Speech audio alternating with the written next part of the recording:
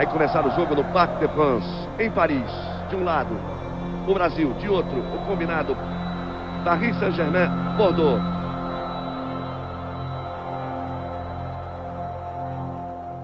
Uma semana antes dele morrer, teve o jogo Brasil-França no Parc des Princes, que ele deu o pontapé inicial, e que eu estava de repórter de campo. E foi a última vez que eu vi o Senna. E era programada uma foto que seria do Ayrton junto comigo, os dois possíveis tetras. O Brasil tetracampeão de futebol e o Ayrton Senna tetracampeão da Fórmula 1. Um tetra na Fórmula 1 era muito mais certo do que o tetra da seleção brasileira, porque Ayrton Senna, na melhor equipe do mundo, que era a Williams, era tetra garantido para nós. A gente vinha de 24 anos sem ganhar uma Copa do Mundo. Ganhamos em 70, então... E a gente fez tipo um pacto ali na hora, não, vamos ganhar, mas você também tem que ganhar o tetracampeonato. Aí a presença de Ayrton Senna não leva nenhum jeito pra coisa. Deu o pontapé inicial, vai voltar pra tribuna. Quando o Ayrton deu o pontapé inicial, ele saiu correndo, tem uma imagem dele que ele vai indo, e ele falou, ó, acelera daqui que eu acelero de lá, vamos acelerar junto. O Ayrton, quando ia correr no domingo, né, Gilmar? Parava. O Brasil inteiro parava. E eu, que não sou um fã número 1 de automobilismo, eu ficava em casa aos domingos, não saía de casa para ver o Ayrton Senna correr. Como se eu fosse ver um jogo de futebol, ver o Pelé atuando, um grande artista, um Zico, um grande jogador. E era realmente um fã do Ayrton Senna. Se algum dia saiu alguma coisa minha de sentimento, sem ter sido pensada, sem nada, foi acrescentar ao nome dele a palavra Brasil. E a gente vê que não importa a região do país, o tamanho da cidade ou até a idade das pessoas, existe sempre alguém que ficou muito marcado pelo Ayrton.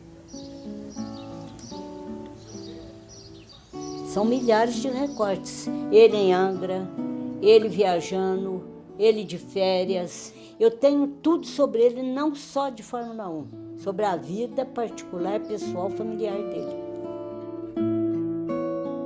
Eu fui apanhando gosto. Eu tirava a página, punha lá, comprava Globo, Estadão, às vezes Folha de São Paulo, e o Jornal do Brasil, que foi um grande jornal também, né? Aí eu ficava naquela expectativa de ver a corrida, só que às vezes eu até ia ver sozinha em outra televisão, porque você sabe que a turma não gosta de prosa do lado, né?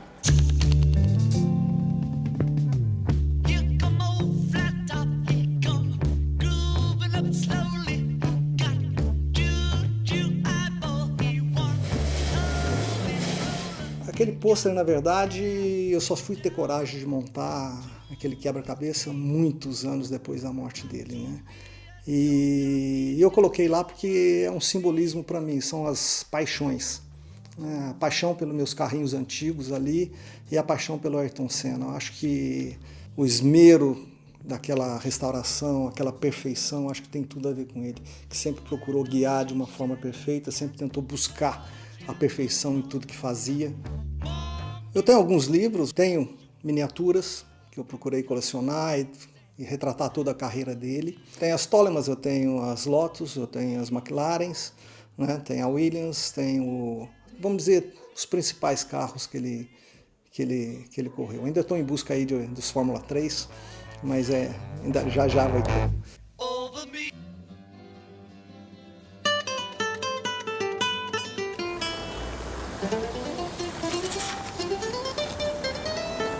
Ó, a gente tem o mural do Ayrton Senna, né? Tem o carro, a McLaren dele, um busto dele, né? Aqui, olha só, rapaz. Essa aqui que deu trabalho lá em Mônaco, aquela vez lá. Tem a foto dele levantando o troféu, lógico, né, cara? Tem as fotos do primeiro carro que ele guiou, que foi a Williams, no teste, eu tenho a foto. Tenho ele na Lotus. Olha a cara dele. Você acha que ele tá satisfeito ali? Eram manhãs assim que você podia dormir ao sábado, Senna tá largando lá para trás. Você pode acordar cedo, você pode tomar um bom café da manhã, que você vai ter garantia de um ótimo espetáculo. Eu não fazia programa algum quando tinha Fórmula 1. Tamanha era a paixão por Fórmula 1, tamanha era a paixão por acompanhar o Ayrton Senna. Ficava, não perdia nada, né? um super-herói que a gente tinha quando criança, que nos trazia vitória, música e inspiração nas manhãs de domingo. Mas começou a me chamar a atenção como era um momento em que a minha família inteira se reunia como se estivesse assistindo um filme de ação. E o Ayrton teve essa capacidade de fazer nós, brasileiros, nos sentirmos orgulhosos de sermos brasileiros. Cada vez que ele enfrentava o primeiro mundo no que ele tinha de mais avançado e vencia. O Senna mudou um pouco as manhãs dos domingos da televisão brasileira. Não é que a audiência tenha duplicado, não. A audiência quase que triplicou. O que o Senna fez com o automobilismo é que ele transformou o automobilismo em futebol. Domingo era dia de clássico. Corria de kart por causa dele. Eu lembro que quando eu tinha a imagem de Ayrton Senna na minha vida, assim, eu falava para o meu pai que eu ia ser a primeira pilota de Fórmula 1 da história. Quando me tornei adolescente, comecei no kart. E estava vendo sempre os vídeos porque sabia que ele tinha começado no kart. Via como ele encarava a pilotagem, na verdade tentando imitá-lo.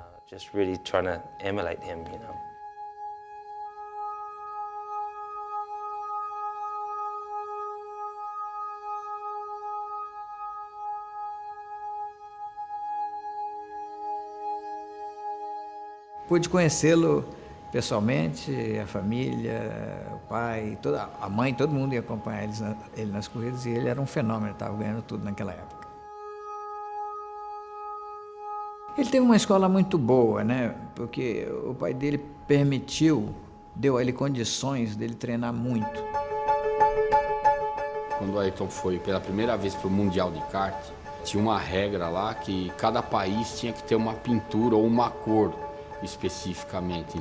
O meu pai falou, não, vamos fazer o capacete amarelo inteiro, que vai se destacar, e como estamos em pouco tempo, vamos fazer essas duas faixas como se saísse do olhar. Então fica verde, amarelo e azul.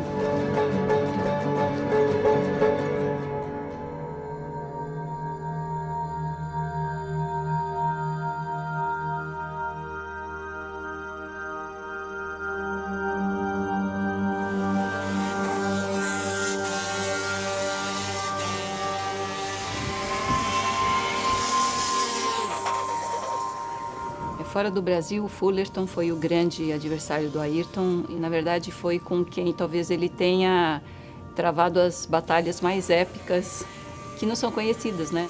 Fullerton foi o maior piloto de kart da década de 70 e 80, era um gênio, ele correu até os quase 40 anos. A referência de kart na época era o Fullerton. E o Ayrton tinha muita habilidade e era o título a ele conquistar, seria o título mundial de kart.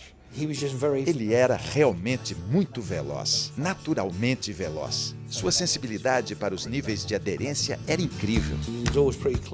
Foram sempre disputas muito limpas, duras, difíceis, mas sem colisões. Pela primeira vez, a FIC, a Federação Internacional de Kart, colocou decibelímetro nos cartões que o kart não poderia passar de 110 ou 115 decibéis. E por alguma razão, o kart do Ayrton passou dos 110 e ele foi punido em algumas posições que influenciaram no final da corrida para ele não poder chegar à semifinal ou à final com colocação que ele poderia ser campeão. O negócio dele era correr e ganhar. E foi com o Fullerton que ele viveu isso. Se ele continuasse no kart, ele ia se tornar um piloto mais refinado. Mudaria com o passar dos anos.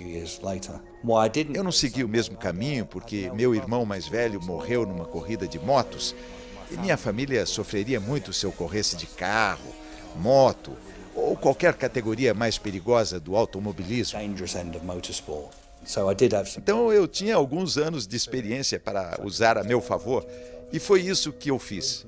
A razão mesmo de eu me dar bem contra ele foi experiência.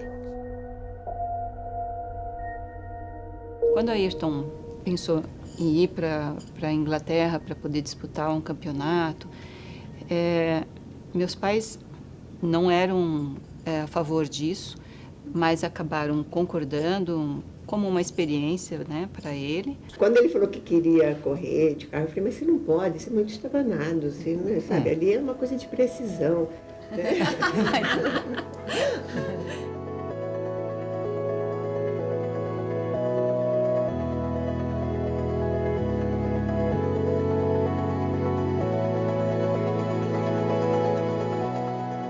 Quando o Ayrton quis ir para a Europa, o Milton com o Ayrton foi no meu escritório aqui na Faria Lima e falou, e aí, o que você acha? Eu liguei para o Ralph Furman, que era dono da Van Diemen, e falei, Ralph, eu estou te mandando um brasileiro que vai ganhar o campeonato para você. Cuida bem dele. Mas não deu outra.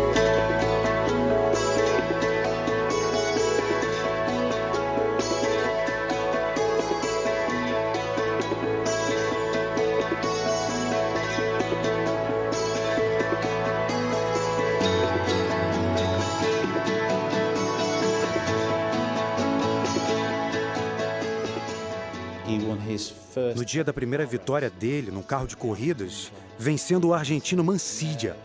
Ele estava com a jovem esposa Lilian. A luz estava bonita, era março. O sol brilhando e batendo direto no rosto deles, abraçados e se beijando. Eu mostrei a foto e ele ficou muito feliz. Foi assim que eu comecei a trabalhar com ele.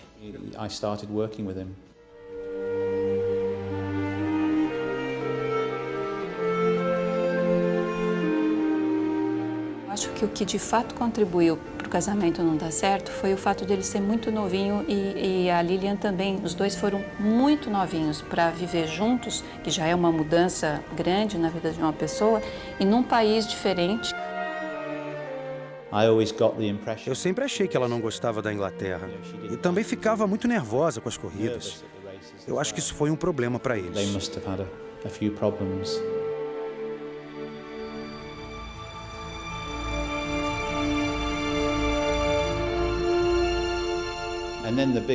E aí a grande surpresa, em Brands Hatch, estou parando, estou abandonando o automobilismo. Eu estava fotografando e perguntei, como assim abandonando?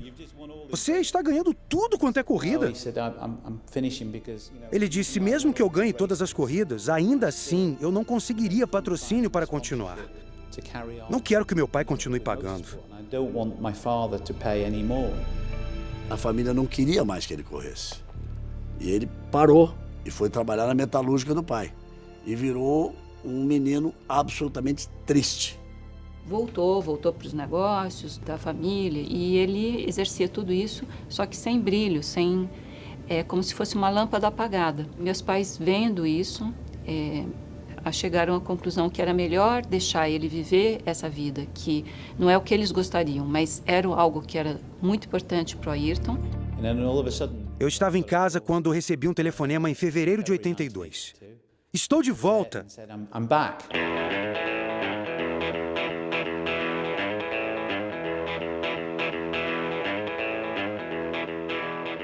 Primeira vez que eu o vi correr foi na Bélgica e ele ganhou a corrida, como aliás fazia sempre naquela época. E aí se aproximou e disse assim, o senhor que é o senhor Galvão Bueno? Ele falou, eu sou o Ayrton Senna da Silva. O senhor ainda vai ouvir falar muito de mim e ainda vai transmitir muita corrida minha. Eu nunca vi alguém com a confiança dele. É um negócio assim extraordinário. A gente pensa dia e noite em automobilismo, então a gente treina 2, 3 vezes por semana, às vezes 4. O Ayrton, como na época acontecia com a grande maioria dos pilotos brasileiros, não foi descoberto pelos brasileiros, foi descoberto pelos ingleses. Então, uma manchete nos jornais ingleses que passou a chamar a atenção do brasileiro. Quer dizer, a manchete era assim, Silverstone, em vez de Silverstone. E nós fomos para lá transmitir ao vivo para a Globo uma corrida de Fórmula 3, ou seja, já se tinha a certeza de que ali existia um grande campeão e que ia fazer a diferença. Ayrton venceu as 9 primeiras. E aí eu me dei conta de que o cara tinha uma percepção da aderência da curva antes de chegar, não no meio da curva.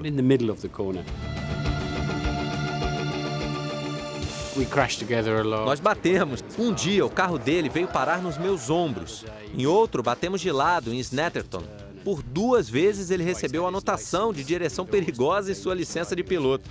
E ele ficou muito bravo. 30 anos depois, o automobilismo inglês ainda comenta aquela temporada. Se tornou algo que todo mundo gosta de lembrar.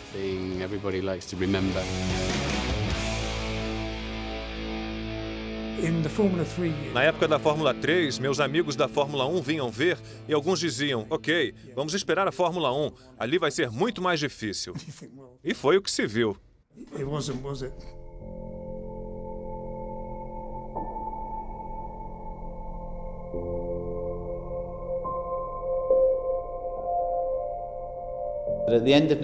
No final de 1983, o Frank Williams entrou em contato com ele e ofereceu um teste em Donington. Sem compromissos, só uma oportunidade dele testar um carro de Fórmula 1 pela primeira vez. Ali não teve como, né? Não ficar fã de uma pessoa que, com aquela idade que ele tinha, com aquela confiança toda, naquele momento dele ali. Ele não tinha certeza se ele ia conseguir a vaga na Williams, como acabou não conseguindo, porque não existia a vaga. Aí entramos junto no caminhão. Ele passou debaixo do carro, olhou para cá, olhou para lá. E ele vai e bate na lataria do caminhão e fala: é hoje. É hoje. Estava escrito, me lembro muito bem, no painel, né? Cuidado, piloto novo, né? Brincadeira bem inglesa. A primeira resposta foi normal, a segunda ele já... Eu acho que Deus está me dando um presente. Eu vim esperando há muito tempo. Isso é um sonho que há muito tempo eu tenho e está sendo realidade hoje. O momento se prolonga, como se durasse horas. A emoção de Ayrton é sentida até pelos mecânicos. O carro sai do box, devagar.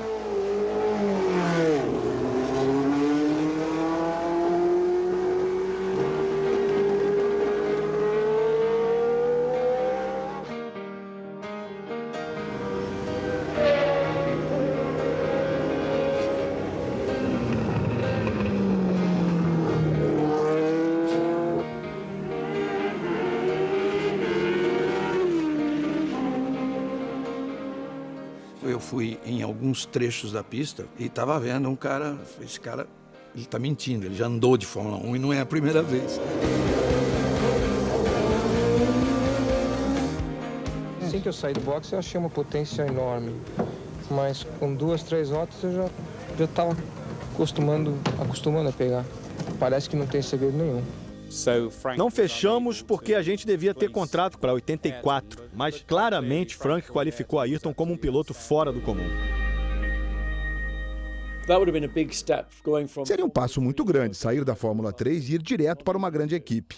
Não seria nada fácil. Então Ayrton escolheu ir para Toleman, onde ele trabalharia com uma equipe menor.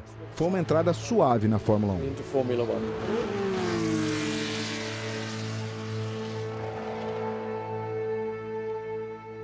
E sem dúvida não um carro para ganhar uma corrida. Ele não vai ter condições de competir contra uma Ferrari, uma Renault, uma Brabham, mas um carro para subir no pódio.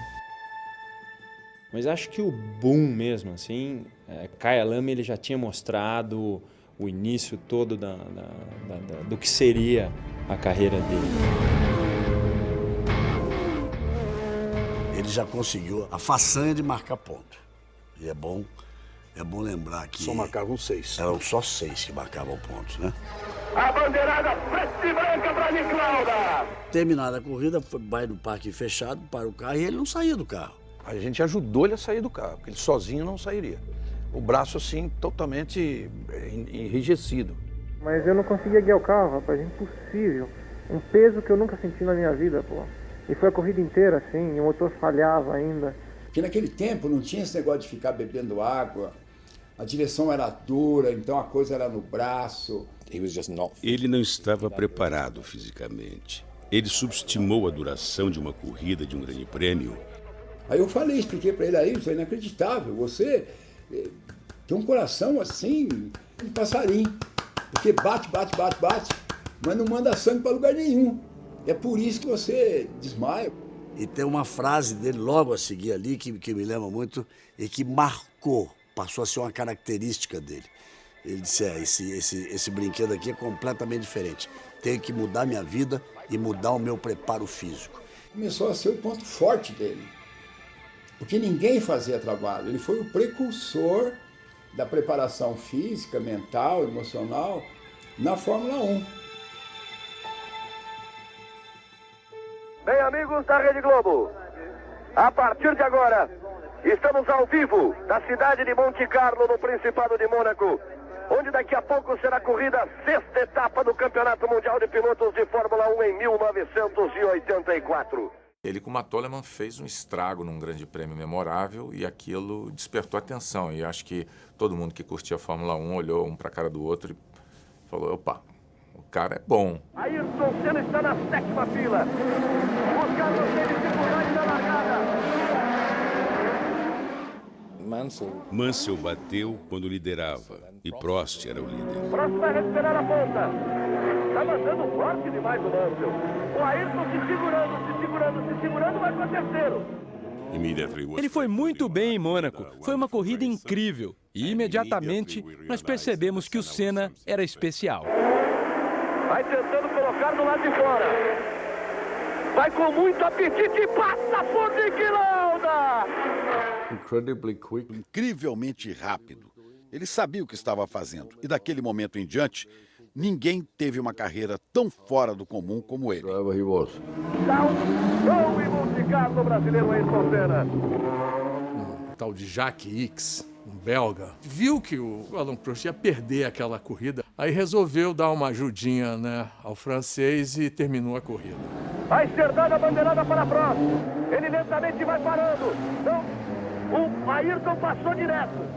O fato de você olhar no rosto dele que ele não estava feliz naquele pódio de Mônaco com o 2º lugar na chuva mostra que ele procurava muito mais. O mais engraçado do Grande Prêmio foi depois, né? Tudo que aconteceu depois. A consequência. O fato da corrida ter se encerrado antes, ela dizia o regulamento, valeram os pontos pela metade. Se tivesse continuado a corrida 3 ou 4 voltas, já teria completado 75%, então ele somaria 9.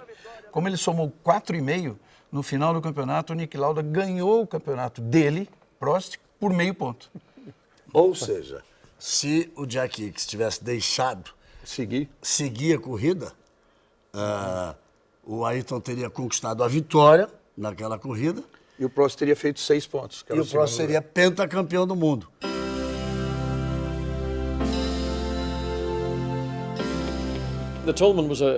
A Toleman foi um período de aprendizado. Foram 3 pódios, o que era um grande resultado. Foi um bom carro para o Ayrton aprender a ser um piloto de Fórmula 1, porque ele realmente aprendeu e cometeu erros sem estar no centro das atenções. Saiu Ayrton Senna, bateu forte. Aí você vai vendo. Vinha muito bem na prova Ayrton Senna. Eu era um fã do Prost, mas o Senna era diferente. E aí ele consegue a ultrapassagem na freada da paddock. Mostrou tudo que sabe aí Ayrton Senna. E aí teve o GP de Portugal, quando ele desafiou as McLaren. E olha o Lauda em cima do Ayrton, quer o 3º lugar. Ayrton Senna e Niki Lauda. Não estava muito claro no início, mas que tinha um sujeito fora de série, absolutamente extraordinário como piloto, como profissional. Nascia um herói. Essa imagem é bonita de se ver. O grande Lauda e, quem sabe, o futuro grande Ayrton Senna. Aí a gente pensou, isso é numa Toleman. Imagine o que ele vai fazer com a Lotus no ano que vem.